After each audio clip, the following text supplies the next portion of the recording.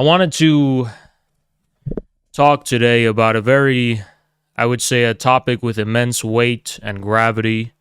Seriousness cannot be overstated. The sacred history, and yes, it's a sacred history, of the victory of the Red Army over German fascism, which is commemorated on this day, May 9th.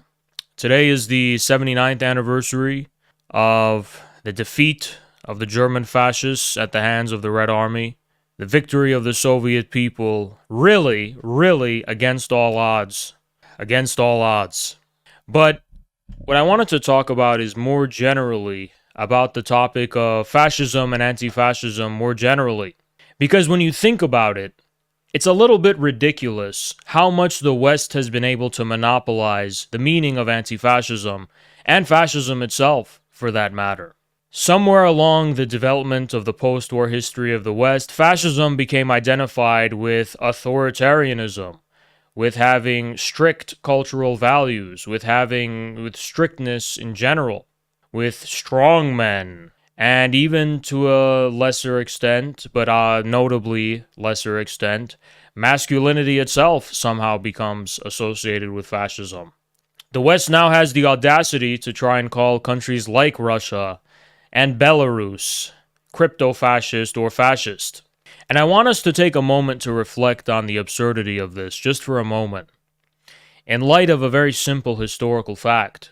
The West did not receive the brunt of the crimes or the atrocities or the true face of fascism in the first place. The overwhelming majority of the victims of fascism were in Eastern Europe and were in states that would later become communist states. Even Germany itself, half of it was a communist state. Half of it was part of the Warsaw Pact. How dare the West, how dare these pseudo-intellectual liberal scumbags contend themselves with the pretense to being able to be some kind of authority on calling others fascists and knowing the meaning of anti-fascism. The West, the liberal world, the Anglo-Saxon world, didn't lift a finger to defeat German fascism in comparison to the sacrifices and the contribution of the Soviet Union. That was a life and death battle, and you want to know what the capitalist West was doing? Speculating. Newspapers were being printed every single day of that war, speculating about the impending demise of the Soviet people and the Red Army, and the impending victory of Hitler's armies. I mean, Stalin, he mentioned this in his speech. He said some pseudo-intellectuals in Europe are trying to gas Hitler up and gas up the Nazis as some kind of invincible army. You know, before the years leading up to the Great Patriotic War, and that's really what we should start calling it, to be honest. But in the years leading up to the Great Patriotic War, the anti-fascist war, you need to appreciate, and this is what these scumbags who are constantly trying to weaponize and utilize the memory of Nazism and fascism as a cudgel with which to attack the forces of illiberalism in the world today. Let's be reminded of the following fact, that in the years leading up to the anti-fascist war, what kind of position the Soviet Union was in on the world stage. You need to understand this and appreciate this because it's not in our history textbooks. It's not something we're taught on the History Channel. It's not something that we're taught on YouTube documentaries or whatever people get their information from now. It's something you really have to read a lot of books and have a really deep familiarity with another country, Russia, to be able to understand. But the Soviets were waging a really precarious diplomatic war to protect its territorial integrity and security. It was facing aggression from the liberal West, and it was facing aggression, obviously, from the forces of fascism. And it was really trying hard to kind of find a way to just survive in this extremely life or death scenario where at any moment, all of these people might team up against you. And that was the biggest fear of the Soviet leadership. And they constantly tried so hard to warn the liberal West of the danger. They tried to form so many security pacts and alliances. It always failed. They were rebuffed at every turn, and meanwhile, Hitler was appeased. The Soviets were totally alone. They were totally alone. I'm not just saying they were alone geopolitically. On a fundamental historical and civilizational level, at the fundamental level of historical memory, they were alone. They, in a way, are alone still even today. Nobody is doing justice and giving voice to the truth in the West about what really happened. And meanwhile, a bunch of fools, bunch of neo-Nazi fools, are now stepping to the plate with the audacity to add insult to injury by now trying to redeem the Nazi criminals and say that actually the real revisionism committed by the liberals wasn't the way in which they downplayed the role of the Soviets and the role of the Red Army. Actually, the real thing, according to these neo-Nazis, is that somehow Hitler was actually good and that the real villain was the Soviets and the liberals alone. And meanwhile, they lionize and they glorify the Nazis. What foolishness. What a pathetic, predictable foolishness. Of course, this is the natural consequence of the exact intellectual and ideological context created by the liberals themselves. They are the ones who handed the revival of Nazi ideology on a silver platter, and these idiot pseudo-intellectuals trying to somehow redeem the phenomena of Nazism think that it's because that there are these red pill geniuses who are breaking the narratives, when it's so predictable how they would draw that conclusion based upon the mountain of lies they're standing on, thanks to generations of liberal historians completely distorting, criminally distorting the facts. The truth of the matter is this. Truth of the matter is the following.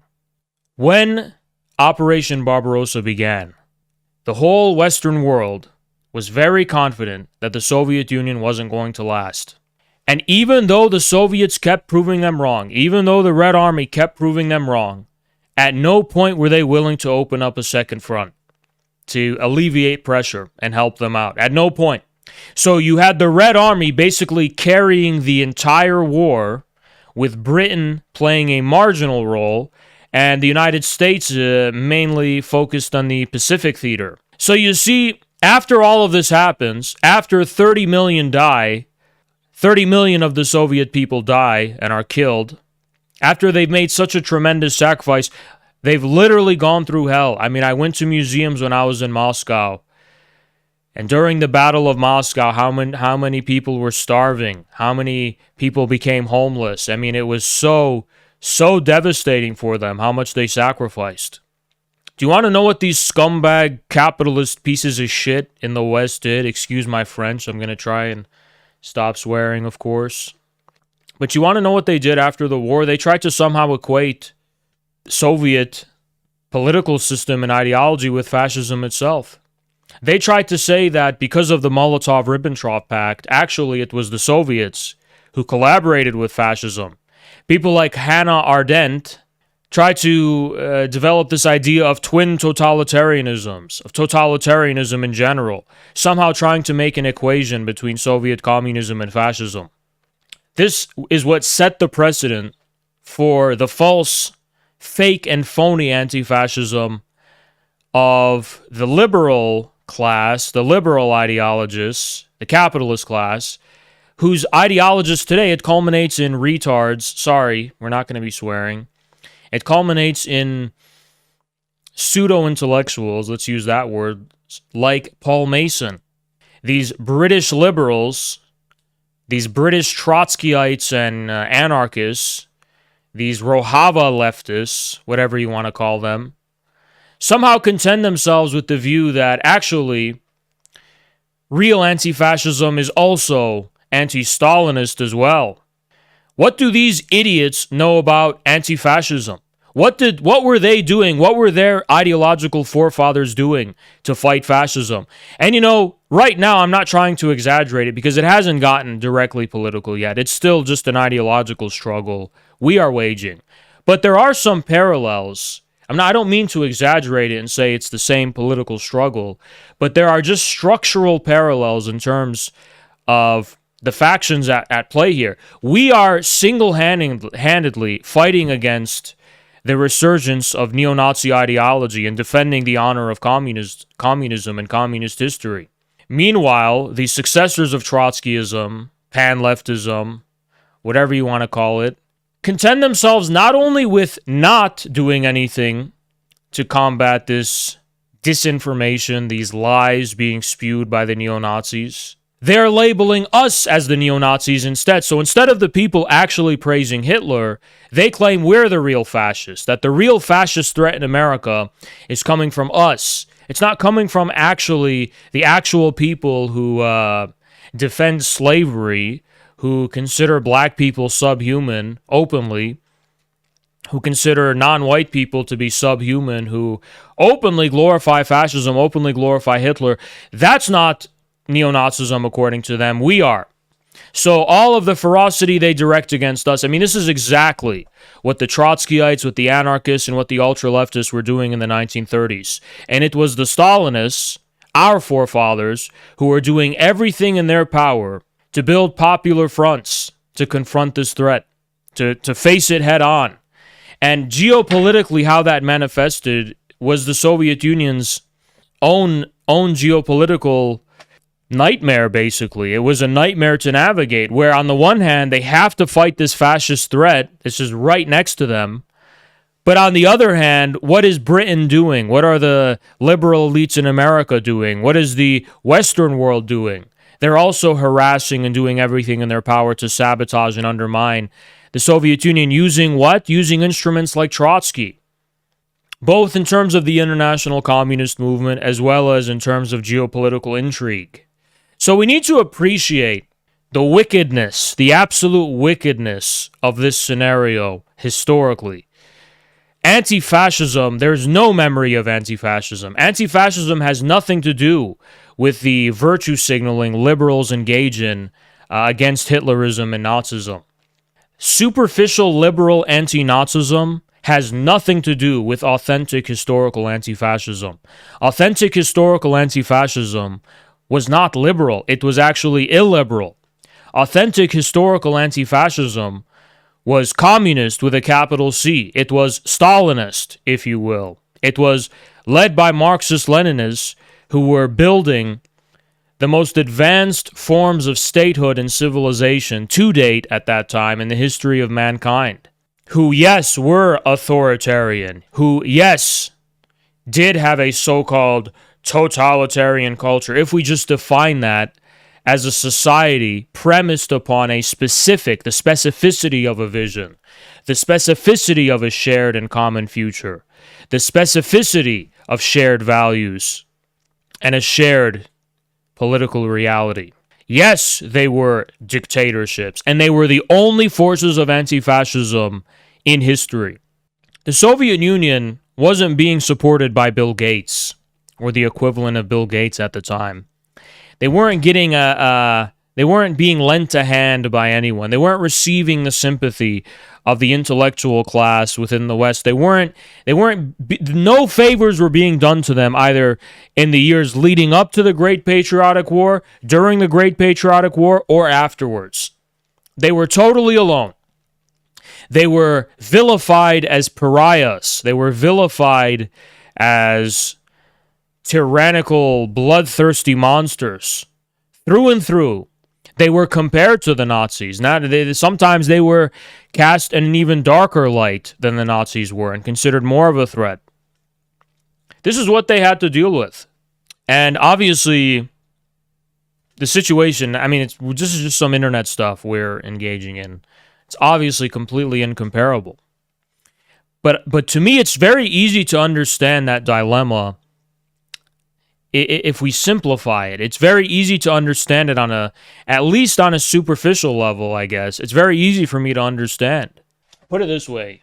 Just like how I don't get any favors done to me by rejecting anti-Jewish sentiment, by rejecting neo-Nazism, that doesn't make me any less canceled, as you guys are well aware. That That doesn't make it any less convenient for our liberal enemies to smear us and equate us with Nazis.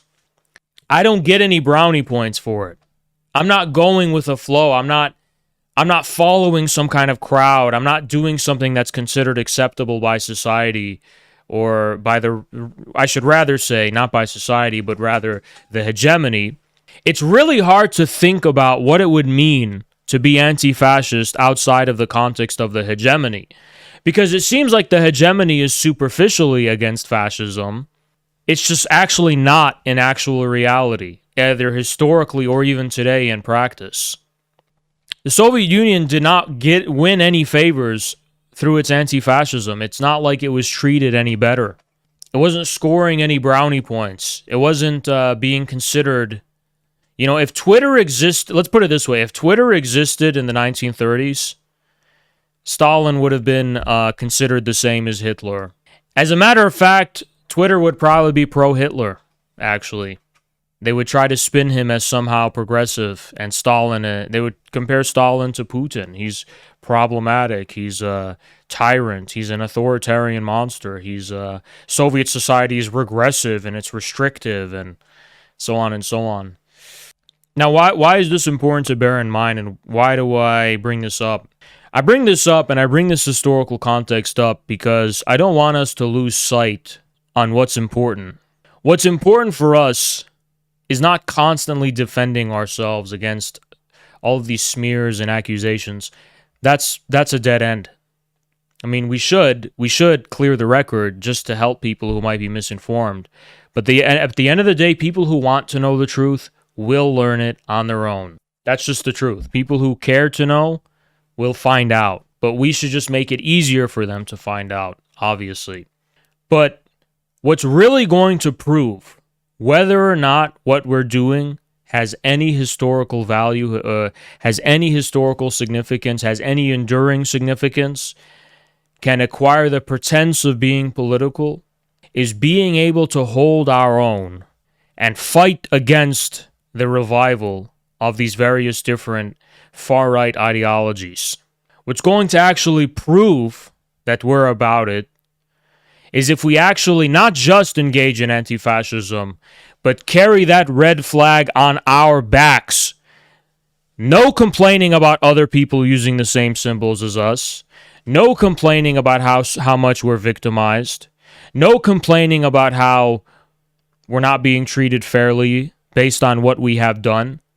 But a willingness and an insistence to carry that red flag on our backs up the hill without any hesitation, without any lagging behind, with the utmost and fullest determination. Carry it single-handedly, even if we carry it alone.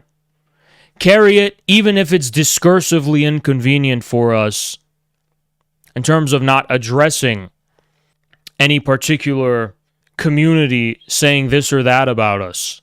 We have to honor this history. We have to honor this legacy, and we have to do it to an extent in a solitary manner. We have to do it without expecting to be congratulated for it.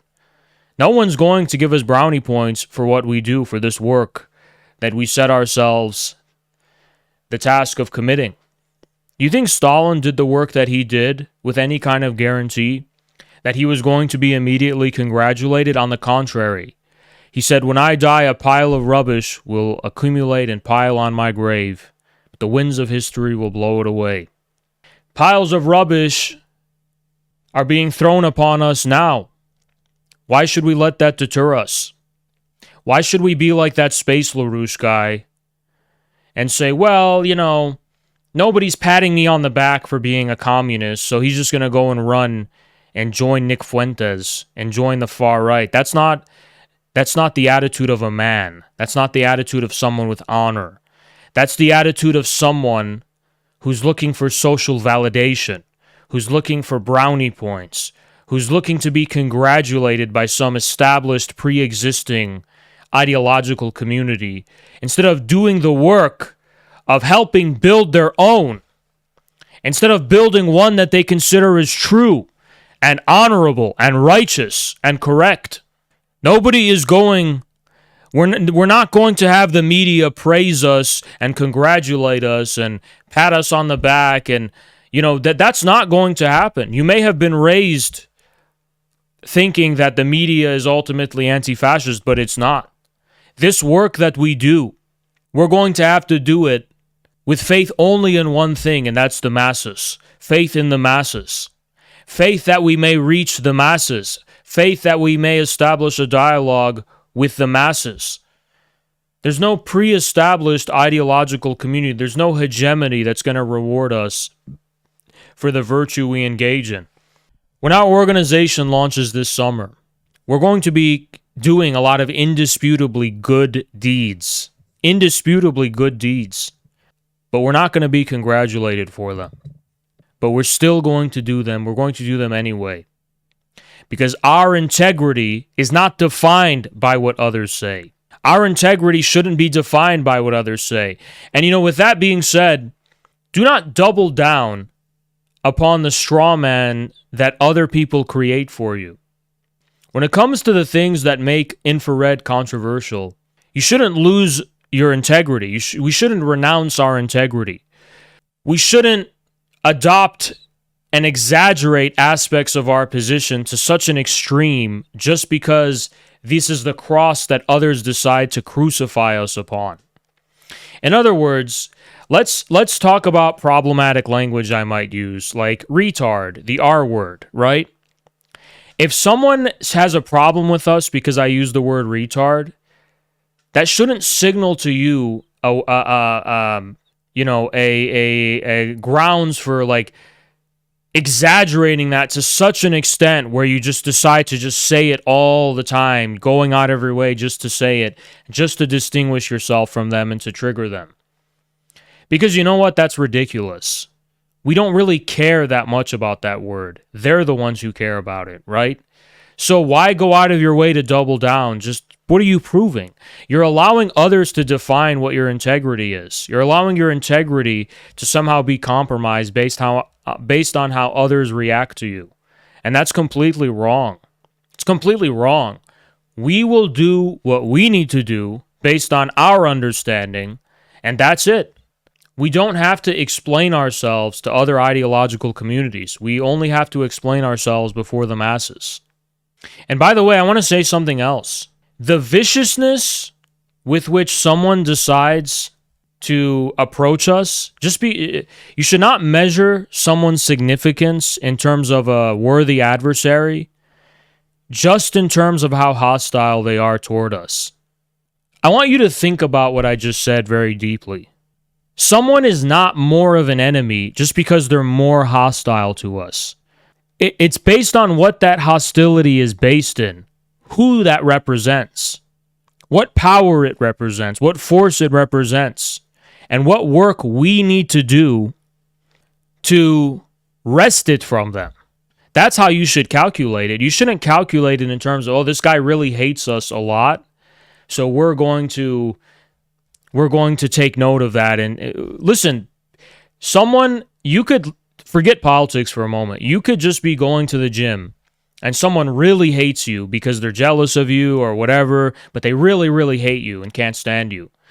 You are a weak person if you allow that to define who you are. That person doesn't even know you. They're going through their own psychological problems, and they're projecting a lot of things upon you that actually have nothing to do with you. So the same exact thing is true when it comes to infrared. Someone is not a worthy enemy just because they're hostile to us and just because they hate us so much. When you recognize that hatred, you, in a way, elevate it to the status of something meaningful, when in reality, it's really not meaningful. 99% of the time, people like that CPUSA guy, Matt Hunter, what is his name? Matt J. Hunter. I mean, Noah did quick work with that guy, but it's like, look, that guy doesn't matter. He has a problem with us because he has a psychological problem that has nothing to do with us. Fighting that guy is not going to secure the integrity and strength of our position. Holding our own when debating people on the far right is what's going to secure the strength and integrity of our position. That's what's going to do it. I mean, why don't you think about it for a second? It's really easy to just defend ourselves from people like Matt Hunter. Of course, it's easy. We have all of the facts on our side. It's really easy. But is it actually easy to convince non-communist audiences that communism is correct? Is that easy? Is it actually easy to convince apolitical people, non-communist people, people who sway conservative in their outlook, which is most young men in this country? Is it easy to actually make communism something reasonable and sensible to them? Forget communism itself, because, of course, communist consciousness is only reserved for the most advanced segments of the working class, meaning the revolutionary intelligentsia usually, and then only then it branches out. But communism is always for the minority in terms of who has the ideological outlook. China today, only 10% of the population's in the Communist Party. The rest probably don't think about communism all that much as an idea or as a word, as a term, as a theory. It's not really of immediate importance to them in their everyday lives. So even forget that. Just forget the direct word communism for a moment. Is it easy to convince all of these audiences of the content of our position as correct? That actually Jews are not the enemy, that actually the enemy is the monopoly capitalist class. Actually, we shouldn't be opposed to China. China isn't our enemy. Of course, it's also the anti-Zionist position. We shouldn't be sacrificing our children's wealth for Israel. Is that easy to... No, it's actually not easy. It may be easy on a personal level, but in terms of on a discursive level, establishing that position as legitimate on an ideological level in the sphere of information warfare, that is not easy at all. It's actually extremely difficult. I kind of feel like if you're just spending all your time responding to mentally ill people like Matt Hunter, it's just circle jerking. You're just jerking yourself off. You're not actually testing your mettle in any kind of way. That's the word. You're not testing your mettle. You're not testing your mettle. That's what you need to be doing. Proving your worth. Proving your ability. It's one thing to get into disputes with crazy people about the battle. But heading into that battle head first and fighting in it is a totally different thing. And this is exactly what we need to be doing. This is exactly what we need to be doing. We're not fighting for a discourse. We're not fighting for a pre-established community. We are fighting to restore authority to the name of communism. We are fighting to restore authority to the history encompassed by the word communism. We are fighting to restore authority to the cause of the working class and the working class alone. We are fighting to restore authority to the cause of labor. That's what we're fighting for. To put this in simple terms, we are fighting to put respect on the name of our position. Because at the end of the day, you can get caught up arguing with some blue hair people, whatever, but you won't get anywhere. At the end of the day, whoever wins that argument, whoever gets more likes, it doesn't matter. Because in this country, communism is still seen as a joke. People laugh at it. Even the pan-leftists are actually fascist collaborators because even they don't take communism seriously. They laugh at the pretense of being a Marxist-Leninist with a straight face. Actually, seriously, Marxism-Leninism, communism with a capital C.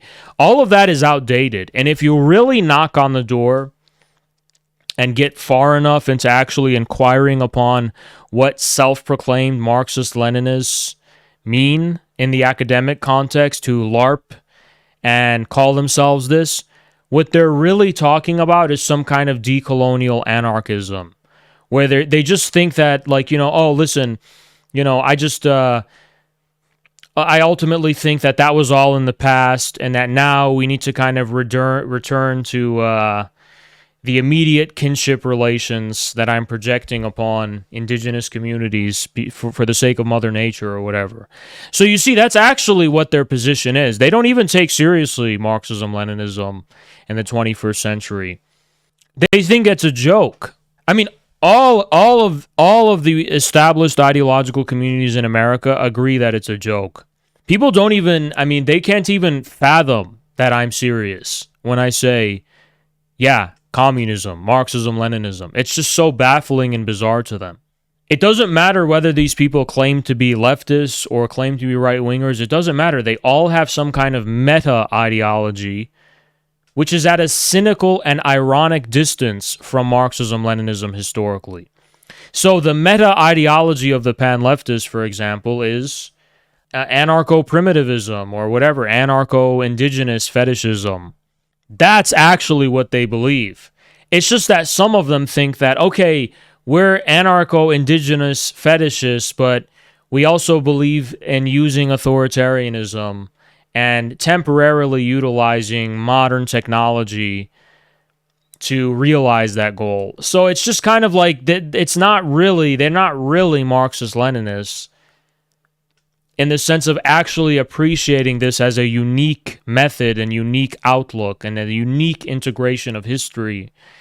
They don't see it as that way. They don't actually, they're like, what, are you crazy? That's from 100 years ago. That's what they'll say. That they don't actually take it seriously, right? So the urgent task set before us is that we actually need to restore legitimacy and authority and credibility to Marxism-Leninism, to communism with a capital C. Because if we don't do it, no one will. Look, the CPUSA, the leadership, do you think that they're doing it right now? The content of their position is really just to vote for Democrats and nothing else. I would love for anyone to explain to me if there's any other content to what their position is, except fear-mongering about one of the electoral outcomes. Their position effectively amounts to this.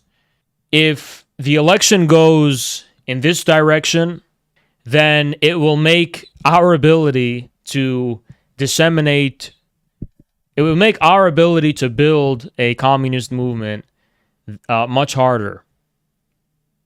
So you see, it's a bluff. They're like, okay, we're a long road from being able to build a communist movement, but we need to vote for Democrats because they'll just make it easier for that to eventually happen.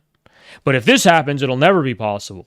And it's like, you could tell that's such a bluff. If you're going to build a communist movement, just do it. I highly suspect that a Republican presidency is not a more difficult environment to build a communist movement in than the warlord era of China, or Tsarist Russia for that matter. I find that extremely dubious. I find that notion extremely dubious. There is no context in which communism as a form of praxis is impossible, and communism is the real movement of history. It doesn't matter what context you're living in. It has a context. It makes a context for itself. It imposes a context. But yeah, what I'm trying to say with all this, guys, is that we need to make sure that we're focused on the right thing and not get sucked into the dead end of just constantly arguing with crazy people and mentally ill people. What is the value in that? What's the use in that? Let me explain to you why. Pan-leftists don't represent any authority by themselves. They defer authority, ultimately to the Democratic Party, but there's no actual center of authority you're negotiating with when you're arguing with pan-leftists. There's no center of authority you're vying power and control over.